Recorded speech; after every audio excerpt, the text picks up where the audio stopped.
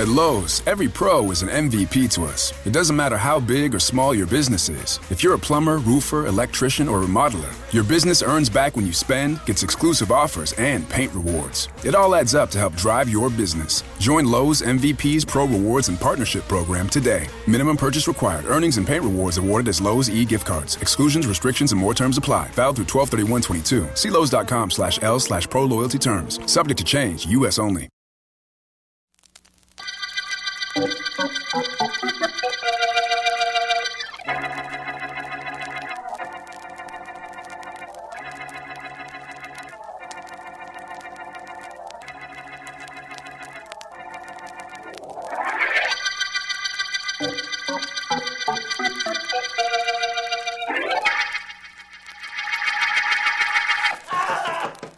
Edgar, open up. Please, open this door. There's something very wrong in that bedroom, dear. Something is terrible wrong. I hear Mr. Downey crying out, and I come and get you two right away. Oh, you did right, Matilda. Daddy! Oh, please open this door. Dick, can't we break it down? He's in there. Listen to him. I can't break down this door. It's solid oak. When I had this house built, I insisted on it. I'm sorry about that now. Why don't the police get here? You did call them, Matilda. Oh, yes, Mr. Staley. I call as soon as I tell you what I hear in this room. Good. I can't stand listening to this. We've got to do something. I Wait, know. I look through the keyhole. Oh, yes, Matilda, do that, please. Well, what do you see? What do you see, Matilda? I see Mr. Downey. He stands there in the middle of the room. I see his face. His neck. What about it? His neck, Mr. Staley. Yes? It is being choked by a gray glove. A gray glove is at his throat. Just one glove. It's choking him. What, a gray glove? Yeah. Well, who's wearing it? I do not know. I cannot see any arm, any body, just a glove. Here, let me look. Get away, Matilda. Yes, certainly. Well, Dick, what is going on in that room? Whatever it is, Ruth, it's all over now. Oh, Your father's lying on his back in the middle of the room. And there's a gray glove lying right next to him.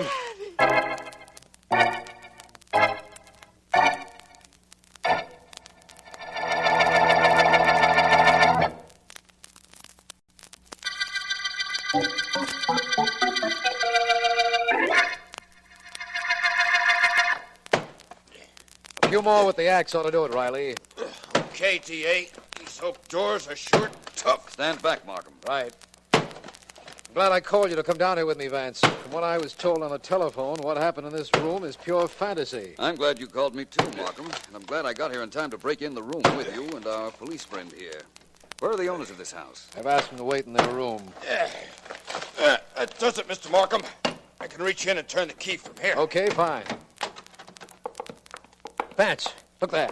Just as Mr. Staley described it to you. Yes. A dead man and a gray glove lying next to him. Look at his throat. It's been clawed. Somebody choked him to death. But there's nobody in this room, and that door was locked. Take a look at the windows, D.A. Bard? Yeah, okay, Riley. Take a look around the house. See what you can find. Don't bring the family in here, though. Right. Be seeing you, D.A. Yeah. Well, Vance? Let me understand something. Mr. Staley looked through the keyhole and saw this gray glove on the floor choking the dead man? That's what he told me.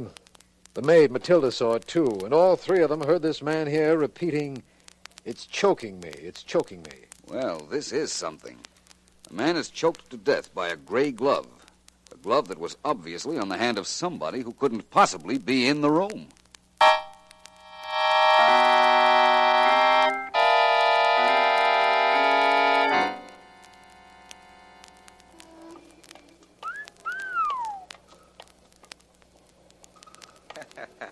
Didn't give you a tumble, Joe.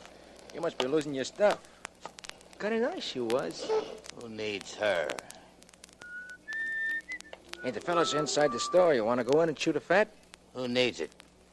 Besides, Sammy, I got a date. Who with? My girl. Oh, Marge? Who else? Good thing she didn't come along when you were whistling at that dame. So if she came along, so what? So she'd see me. What is that, a crime? Not to me, it ain't. Hey, tough break about her grandfather. The guy who got choked to death in this room? Yeah, Yeah, tough break. he didn't like you. Who needed him? Marge likes me, that's all that counts. Hey, scram, Sammy, here she comes. Okay. I just want to stick around, say hello. Oak. Hello, Joey. Hi. Hello, Sammy. Nice to see you. Thanks, same to you. Joey and I were just talking about your grandfather. Joey, let's Shut up. I didn't say nothing. I just said you and I was just talking about Marge's grandfather. That's all I said. Joey, could we Of go course, somewhere? everybody knows you didn't like Joey here and was raising the roof because you used to meet him on street corners. But I wouldn't say there was any reason to kill a guy, would you, Marge? Joey, please, let's go take a walk or something. Who needs it? Wait a minute. I want this guy to keep talking. Let's go, Go Joey. on, Sammy. You were saying? Nothing much. Just that I don't think you'd kill a guy for not liking you to go out with Marge here. Of course, he wouldn't be the first guy you knocked off, but... I need him. Let's get away from here fast, Joey, before a crowd comes. Please, Joey. Some guys talk too much. Some dames, too. You should remember that, Marge. Please, Joey. People are starting to come around. Let's get away from here. Okay, Sammy will be all right when he wakes up. Hurry up, will you? All right. How do you like that punk trying to say that maybe I killed your grandpop? A guy who'd say a thing like that is stupid. He don't know nothing. Either that, Joey, or he does know something.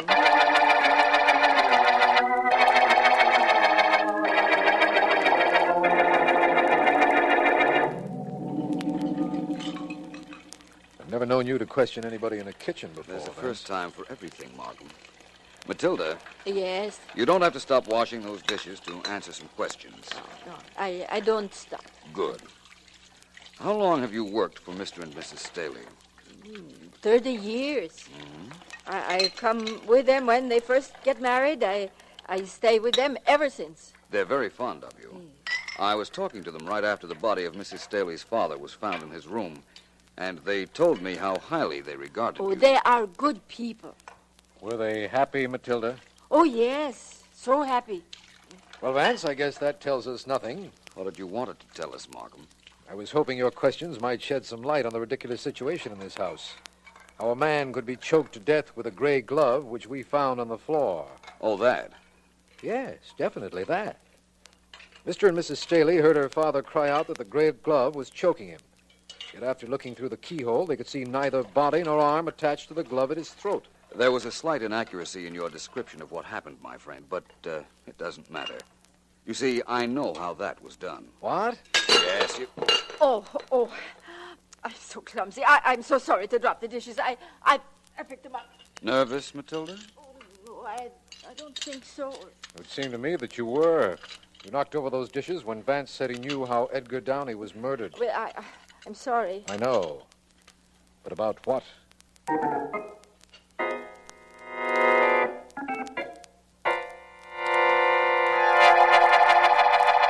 I think, now let me see, I think it's a little tight across the shoulders, Mr. Brooks. Fix it.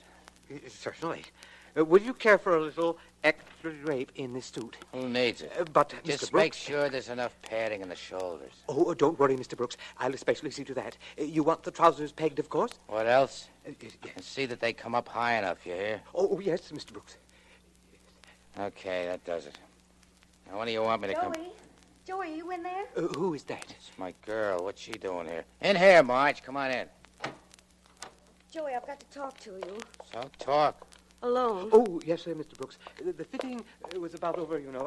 I'll see you Thursday. Thank you. Joey. Well, Marge, Joey, what do you think's happened? how do I know? Philo Vance is working on the murder of my grandfather. So, he's got a job. Mm-hmm. Oh, send him a wire of congratulations. Joey, don't fool. This is too serious. Yeah? It isn't only that he's working on the murder, but he's found out something. Lucky him. He was talking to Matilda, our cook, this morning. Oh. The district attorney was there. So? The district attorney said he wished he knew how the murder was committed, and Vance said that he knew. Oh. He did he? Joey, you've got to do something. This is for me. You know about Mother and Dad.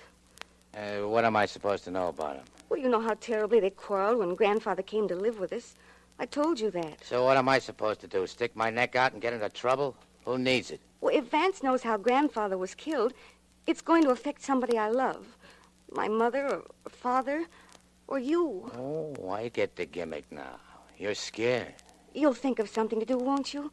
Please. Sure. I think of something. Only don't get into trouble, Joey.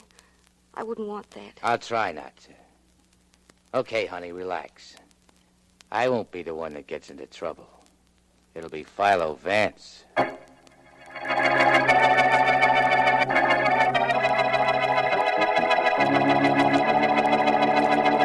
Must we quarrel now, Ruth? Must we? I don't know. I'm so sick of arguing with you, Richard. So am I. Oh, I'm so tired of everything since what happened to my father. Right in front of my eyes. It happened in front of my eyes, too. Don't forget that. Ruth. What is it? We were so happy before he came to live with us. I'm sorry about what happened to him. You know I am. But can't we go back to our lives of a year ago? I don't know. I just don't know. Who is it? It's me, Mrs. Staley. Matilda. Come in. What is it, Matilda? Oh, if you're busy, I come back later. Come in now. And what do you want? Please, I would like perhaps to take off this afternoon, Mrs. Staley. All right, Matilda. If you like, why, it's You're all taking right. another afternoon off? Yes. You're away more often than you're here. Where are you going this time? I know where she's going, Richard. Oh, you do? What's happening in this house? Why all the secrecy? Don't you think I'm entitled to know things, too? I tell you, Mr. Staley. No. Now, look, Richard. We're still finding things to quarrel about. We shouldn't. No? We have no real reason. Why don't we stop? Why don't I have a right to know where Matilda's going? Well, what difference does it make where she's going? It's personal. Very personal. Apparently. All right, Matilda. Take the afternoon off. Take the night off, too. Don't come back here at all. Richard. Oh, I'm sorry, Mr. Staley. I must come back here. You see, I have no other place to go.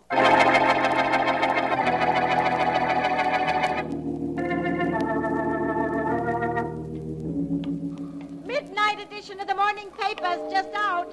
Paper, mister? No, thanks, Jimmy. Oh, it's you, Mr. Vance. Hey, what's cooking? Nothing much. Just out for a little exercise before going to sleep. Oh, well, okay. If there's anything I can do for you, you let me know, will you? All right, Jimmy. I'll remember that. Hey, buddy. You mean me? Sure, you got a match? I think so. I think I have one here. Freeze, fella. Don't make a move. Oh. Stick up? Don't you wish it was? Frankly, no. No, this ain't no stick-up. Stick-up would be over nice and quick. I'm going to be with you a long time.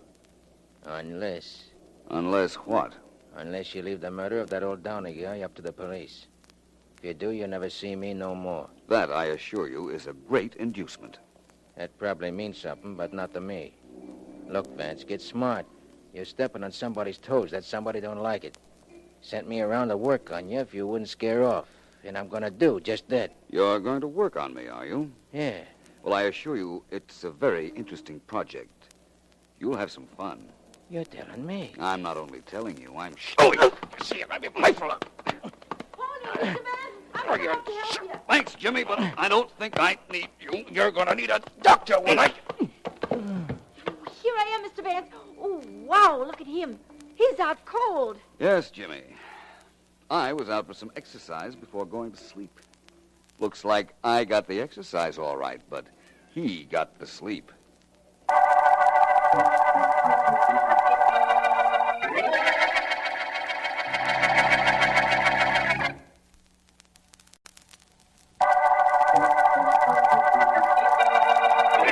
This is District Attorney Markham. The Gray Glove murder case opened when the body of Edgar Downey was found in his locked bedroom. His daughter and her husband and their cook heard him cry out that something was choking him, and through the keyhole saw a gray glove at his throat, but with no body attached to it. This, Philo Vance insists, he can explain, but he doesn't know who on our suspect list is the killer. Vance is in my office now, and I have several things to tell him. This isn't the right time to tell you how the gray glove strangled Mr. Downey, Markham, but believe me, I will, and very soon. I'll wait, inasmuch as there isn't anything else I can do. I'm also waiting for the autopsy, as a matter of fact, but I have something to tell you. Going to make me wait, too? No, I know you must have a reason for not talking now, but listen. Did you know that Mr. and Mrs. Staley were having serious quarrels about her father coming to live with them? No, I didn't. Well, it's true. Now, you take a situation of this sort. Two people who get along beautifully for years suddenly have their happiness threatened by a third person. Don't you think the husband might have killed his wife's father? No. Now, Vance. You can build that as much as you like, Markham, but it isn't a motive for murder, in my opinion. Now, the wife might have killed her father. What? Certainly. If the old man were wealthy and had left her his money... I see what you mean, but would a woman kill her own father?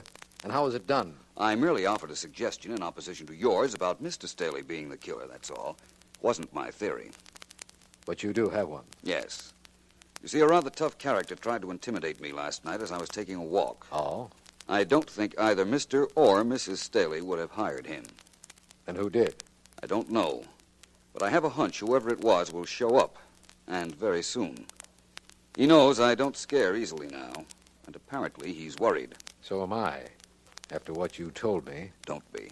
My activities for the next hour or so are very tame.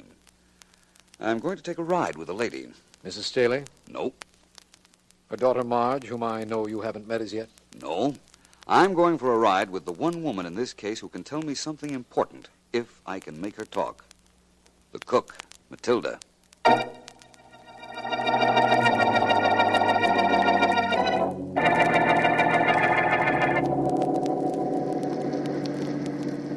Enjoying the ride, Matilda? I like automobiles. I'm glad. You know, I like mysteries, but I don't like murders. Nobody likes murders. I suppose that's true enough. Matilda, don't you want to know how I came to pick you up in this car as I did? No. I came down from the building. You were there. You say to get in. I get in. I had followed you to that building. It was a hospital, wasn't it? If you say so. Who's ill in there, Matilda? You don't know? No. I don't tell you. Matilda, don't you see what you're doing? You're a... Hey, look out! Oh, the car! It almost pushes off the road there. Yes, so it did. Oh, my. Somebody wanted to talk to me and did it the hard way. Oh. Here he comes. My. How Hi. do that? You're Philo Vance, aren't you? Yes. What's the big idea of cutting in front of me just now? My own idea. I get things like that all the time. The name is Brooks, Vance. Joe Brooks. I have a little information for you, my friend. Who needs it? Look, Vance, a friend of mine stopped you on the street last night. Only you stopped him. He was more of a friend of yours last night because he was giving you a little tip. I thanked him, in my own way, of course. Sure you did. Anyhow, he came to warn you to lay off this murder case. You said you wouldn't do it. Now, I think you will. How wrong can a man be? You mean me? Yes. Cut the sarcasm. Who needs it? Vance, I'm not threatening you now. I'm not that stupid. Threats don't mean nothing to a guy like you. That's pretty apparent, isn't it? What's your proposition? I'm not threatening you. I'm promising you something. Duck out of this case, or I promise you I'll take care of you personally. And, Vance... Yes? My word's awfully good.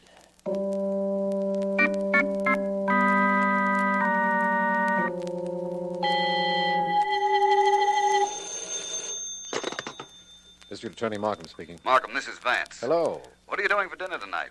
Nothing special, Vance. Well, you are cordially invited to eat at the home of Mr. and Mrs. Richard Staley. Dinner is at 7. I'll expect you. Well, I'll be there, of course, but what's the big idea? The big idea is to get this case over with in a hurry.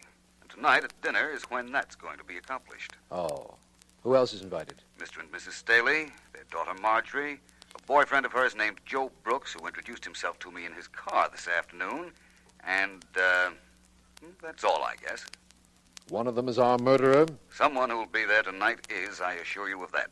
And that's when you'll tell me how somebody could have gotten in and out of a locked room and choked a man to death with a gray glove? I promise. I'll be there.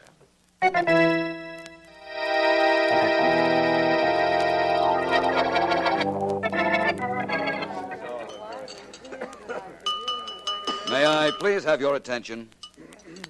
As you know, this dinner was my idea. Oh, Matilda. Yes? Please stay here. You can serve the dessert later, if you will.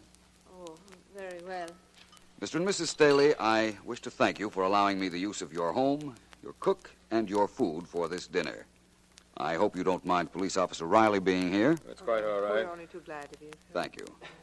Riley, Yes, Mr. Vance? I hope you don't mind waiting. I'm used to it. Good.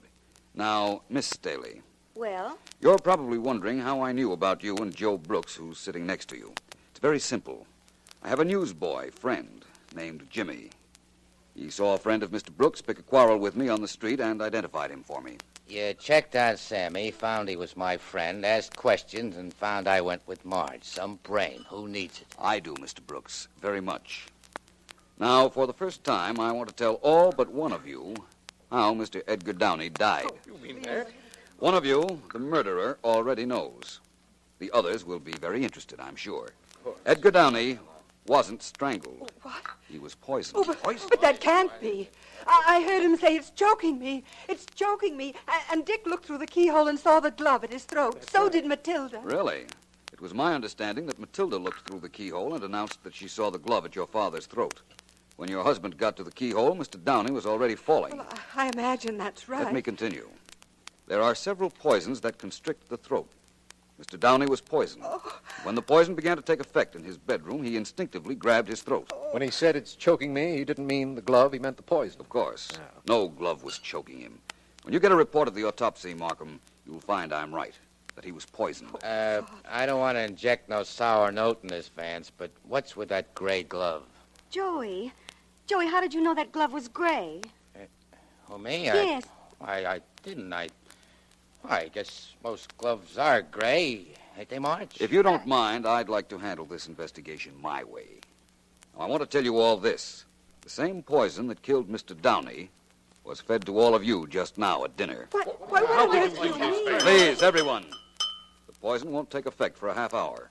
And in the meantime, I'm sure I'll have a confession from the guilty person. The one who caused Mr. Downey's death. How are you going to get that confession, Vance? No one is to leave this room, Markham. The guilty person knows what poison was used, and I'm sure also knows the antidote for that poison. I'm quite certain there'll be an effort made to get that antidote. But suppose there isn't. What are we supposed to do? All sit around and die? No, Mrs. Staley.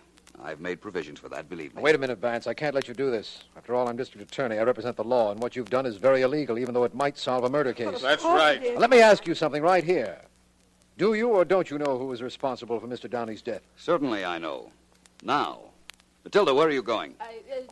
Just out to the kitchen for a minute. I come back in. You're not going anywhere, Matilda. Riley, there's our murderer. Take her. Right, Matilda is the murderer? I got to get in there. Take her out, Riley. She's coming, whether she likes it or not. Come on, you. Vance, I don't understand all this, and I'll hire the best lawyers to defend Matilda. You won't want to after I tell you how sure I am of her guilt. In fact, I'm quite certain she'll confess when she gets to headquarters. What about the poison that was fed to all of us, Vance? There wasn't any poison, Markham. What do you mean? Hey, what's with all this mixed-up business? Who needs it? You say we weren't served poison? Then why did Matilda make a break for the kitchen? Vance, what is this? I'm just as confused as everybody else is here. I don't blame you, and I'm sorry. First of all, let me tell you this. Matilda is the one who poisoned Mr. Downey. Oh, no, I thought I could make her try to leave the room on a pretext to get the antidote for the poison she thought was fed her, and I did. You know so much, Vance. Tell me where she was spending all the time she took off from her work. Mrs. Staley, would you answer your husband, please? Matilda had a son who was very ill, Richard. That's why she was taking all that time off. She was going to a hospital to visit him. Oh. How did you know, Vance? I picked her up at the hospital yesterday, Mrs. Staley. Oh. Later, I went back to see her son's doctor. He told me the boy needed very expensive treatments. Then I asked him about a poison that might constrict a victim's throat. And what happened? He told me what types would, and he also told me something very important. He said that a quantity of that poison had been found missing from the hospital immediately after one of Matilda's visits. That was all I needed to know. I prepared this little dinner party, hoping that Matilda would confess. And she will, I'm sure of it. But my father never did anything to Matilda.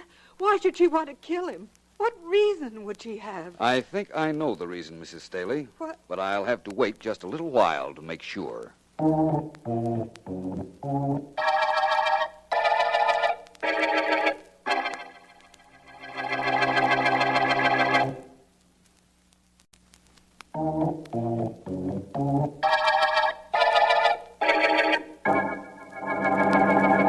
Vance, now, will you please explain what actually happened in Mr. Downey's bedroom when that gray glove was seen clawing at his throat? Certainly, Markham. The glove was never at his throat. Matilda said she saw it when she looked in through the keyhole. Staley looked in just in time to see the old gentleman fall over dead. That's right, come to think of it. But the gray glove, how did that get on the floor? Matilda had put it there earlier. She knew about the poison, she knew Mr. Downey's habits, and she knew how long the poison would take to work. So she went to Mr. Downey's bedroom, dropped the glove on the floor, and went out, after which he locked the door in back of her. Oh, I see what happened. The poison started taking effect. Matilda got the Staleys to the door and pretended to see the gray glove at Downey's throat. The power of suggestion was so strong that when Staley looked through the keyhole, he was willing to swear that he, too, later saw the glove at the dead man's throat. Mm-hmm. Well, now that that's explained, let's go to the motive. What was it? You'll read it in Matilda's confession. Mr. Downey had left her $10,000 in his will. She needed that money for her son's treatment and begged him for it. He refused her, so she killed him. What about those attacks on you by this Joe Brooks and his friend? Joe thought he was being a gallant and protecting his girl's family by threatening me, forgetting that he, too, had a motive for the murder. The fact that the grandfather didn't approve of him. Who would? You're perfectly right, Markham. In the words of Mr. Brooks himself, who needs him? Well, I guess that does it, my friend. Of course, we should have known the clawing marks on Downey's throat weren't made by a gloved hand at all. Yes, we should have realized that at the beginning. It might have helped. However, it doesn't matter now that we're at the end of the gray glove murder case.